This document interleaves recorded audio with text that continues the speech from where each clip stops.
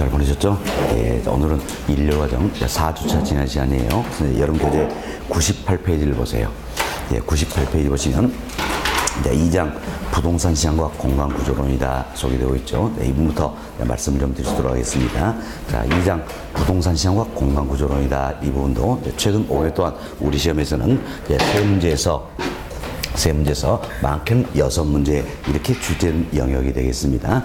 지난 시험 4문제 출제가 되었고요. 자, 여러분이 보실 이번 시험도 4문제에서 5문제는 출제될 것이다. 이렇게 예상된 영역입니다. 이분도 상당히 출제 문화서 많은 부분이에요. 그리고 평이한 내용도 있지만 좀 까다로운 내용도 있기 때문에 잘 듣고 이해하시려고 노력을 좀 해보시기 바라겠습니다. 우리 교재는 1절부터 6절까지 6개의 절로 구성이 되어 있습니다. 그래서 1절에서는 부동산 시장의 기초다. 시장의 정의라든지 기능, 특성 이 같은 걸 다루고 있는 부분이에요. 다음 2절입니다. 2절은 효율적 시장과 정보론에서 다루고 있죠. 3절은 부동산 입지론, 그리고 4절입니다. 4절은 지역 경제 기반 분석이다. 이렇게 해서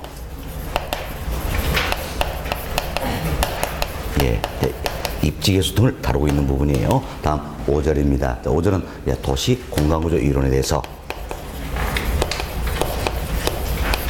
그리고 6절은 지대 이론이다. 이렇게 해서 우리 교재는 1절부터 6절까지 6개 절로 구성이 되어 있습니다. 그런데 모두가 출제의 대상은 되고 있는 부분이에요. 그렇지만 특히 우리 시험에 출제가 많이 되어 있는 게 바로 1절 부동산 시장의 기초, 그리고 2절 효율적 시장 이 부분이 되겠습니다. 또한 3절 입지론 빠지지 않고 출제된 영역이지요. 5절 도시 공간구조 이론, 6절 지대 이론 이 분들이 우리 시험에서는 빠지지 않고 출제된 영역들이다 생각하시고, 4절이 나와 있는 지역경제 기반 분석이다. 이 부분은 간혹 한 번씩 출제가 되고 있다. 이렇게 생각하시면 되겠습니다. 그래서 본 일일 과정에서는 저희들이 빠지지 않고 출제된 영역들이 있죠. 바로 부동산 시장 기초, 효율적 시장 정보론, 입지론, 도시 공간구조론, 지대 이론 이분 중심으로 해서 살펴드리고 3, 4월 5월 과정에 이분들도 단계적으로 학습을 하게 된다. 이렇게 생각하시면 되겠어서 1절, 2절, 3절,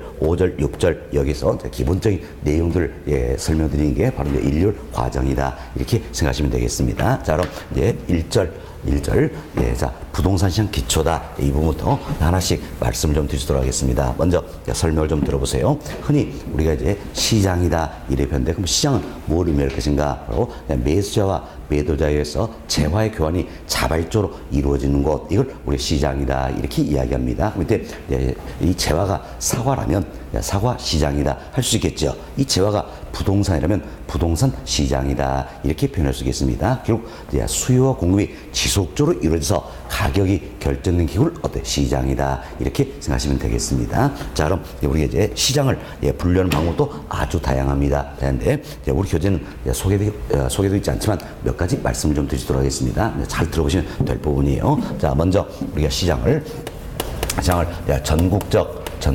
시장과 지역적 시장이다 이렇게 분류를 해볼 수가 있다는 겁니다.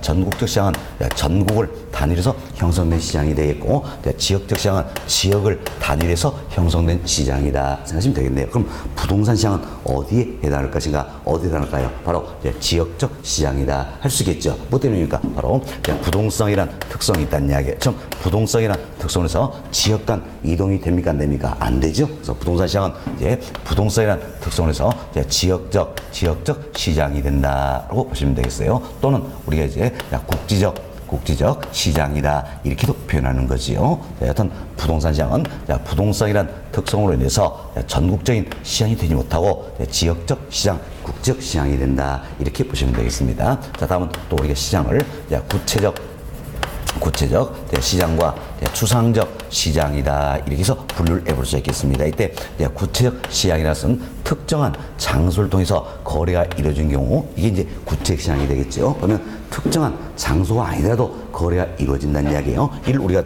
추상적 시장이다 이렇게 표현하는 겁니다. 자, 그럼 우리 예상합시다. 서울에 남대문 시장이 있다는 이야기. 참 서울의 남대문 시장이다. 이것은 특정한 장소를 통해서 거래가 이루어진다는 이야기예요. 그래서 우리 사과 한번 생각해보자. 사과는 어떻습니까? 이제 팔 사람은 남대문시장으로 가지고 오겠죠? 다음 살 사람 어때? 돈 가져서 남대문시장이다. 이 어떤 특정한 장소에 만나서 거래가 이루어질 수 있어요, 없어요? 있잖아요. 따라서 사과는 구체적 시장이 된다 할 수 있겠죠. 그렇지만 우리 이제 토지 한번 생각해보자는 이야기요. 우리 앞에 계신 예쁜 언니가 있어요. 언니가 파주에 땅을 좀 많이 가졌다. 그렇죠? 예, 끄떡끄떡 하시네요. 하여튼 파주에 땅을 좀 많이 가지고 있다는 이야기예요. 이 가진 땅을 팔기 위해서 땀 뻘 버리고 낑낑 매고 남대문시장까지 가져갑니다. 이럴 수 있어요, 없어요? 없지요. 없죠. 예, 그럼 결국은 토지, 즉 부동산은 특정한 장소를 통해서 거래가 될 수 있어요, 없어요? 없다라는 겁니다. 뭐 때문입니까? 바로 부동산의 특성 때문이다 생각하시면 되겠어요. 그렇지만 거래는 되잖아요, 그죠? 이처럼 특정한 장소가 아니라도 거래가 이루어진다. 그래서 결국 뭐가 되는 겁니까?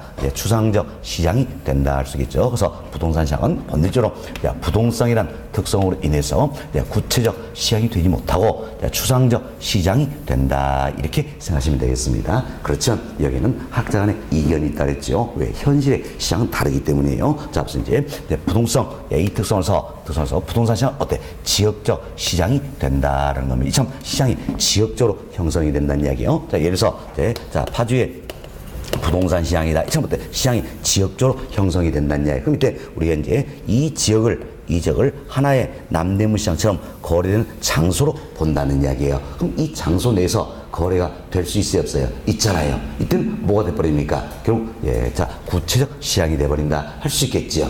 그래서 부동산 시장은 부동산이란 특성으로 인해서 본질은 어때? 추상적 시장이에요. 그렇지만 부동산이란 특성으로 해서 시장이 지역적으로 형성이 되다 보니까 이 지역을 이제 하나의 장소로 본다면 이때는 뭐가 돼버립니까? 구체적 시장이 돼버린다는 겁니다. 따라서 여러분들은 이렇게 이해하시면 되겠어요. 부동산 시장은 부동성이란 특성으로 해서 추상적 시장이면서 구체적 시장에는 어떻습니까? 양면성을 지니게 된다. 이렇게 생각하시면 되겠습니다. 됐습니다. 자, 다음 이제 우리가 시장을 분류할 때 완전 경쟁 시장이라는 게 있습니다. 완전 경쟁 시장이 있고 다음 불완전 경쟁 시장이 있다는데 사실 뭐 경제학에서는 불완전 경쟁 시장이다. 여기도 여러 가지 유형들이 있어요. 독점 시장이다, 과점 시장이다, 독점적 경쟁 시장 참 여러 가지 있는데 전혀 신경 쓸 필요 없습니다. 그러니까 여러분들은 완전 경쟁 시장이 있고 지금 완전 경쟁 시장이 되지 못하면 뭐가 되는 겁니까? 불완전 경쟁 시장이 된다. 이렇게만 생각하시면 되겠습니다. 그럼 이때 완전 경쟁 시장이 되기 위해서는 몇 가지 요건을 갖춰야 되는 겁니다. 자, 먼저 시장에 참여하는 수요자와 공급자의 수가 다수가 돼야 된다는 겁니다. 수요 공급자 수가 다수가 돼야 된다. 다음 두 번째 상품의 질이 동질적이 돼야 되는 겁니다. 다음 세 번째 생산 요소의 이동이 자유스러워야 된다는 겁니다. 결국 기업들이 언제든지 시장에 들어올 수 있고 언제든지 시장에서 빠져나갈 수 있어야 된다 이런 의미예요. 다음 네 번째 시장 참여는 모든 정보를 알고 있다라는 겁니다. 지금 모든 정보를 알고 있기 때문에 정보 비용이 존재합니까? 존재치 않습니까? 존재치 않는다는 이야기예요. 정보 비용이 존재치 않는다는 겁니다. 자, 이 같은 요건을 어떻습니까? 모두 충족시켰을 때, 이 요건을 모두 충족시켰을 때 우리는 어때? 완전 경쟁 시장이다. 이렇게 이야기하는 겁니다. 그럼 이 중에 하나라도 충족되지 않는다면 완전 경쟁 시장이 될 수 있어요, 없어요? 없죠. 이때는 뭐가 되는 겁니까? 불완전 경쟁 시장이 된다. 이렇게 생각하시면 되겠어요. 완전 경쟁 시장 요건을 충족시 못하면 결국 불완전 경쟁 시장이 된다. 생각하시고, 자, 그럼 우리 부동산 시장을 한번 생각합시다. 자, 먼저 부동산 시장에 참여하는 수요자, 공급자의 수는 다수가 될까요? 소수로 한정될까요? 소수로 한정된다는 겁니다. 부동산 시장은 소수로 한정이 된다. 뭐 때문일까요? 바로 부동성이란 특성으로 인해서 시장이 이처럼 지역적으로 형성이 된다는 이야기야. 좀 지역적으로 형성이 되기 때문에 이 지역에 참여하는 수요자, 공급자 수는 다수가 됩니까? 소수로 한정됩니까? 소수로 한정된다. 이렇게 생각하시면 되겠습니다. 또한 부동산은 워낙 고가의 상품이라는 이야기. 좀 고가의 상품이다 보니까 시장 참여자는 소수로 한정된다. 할 수 있겠지요. 그럼 1번 요건 충족이 됩니까? 안 됩니까? 안 되는 거지요. 완전 경쟁시장에서는 수요자, 공급자 수가 다수가 된다.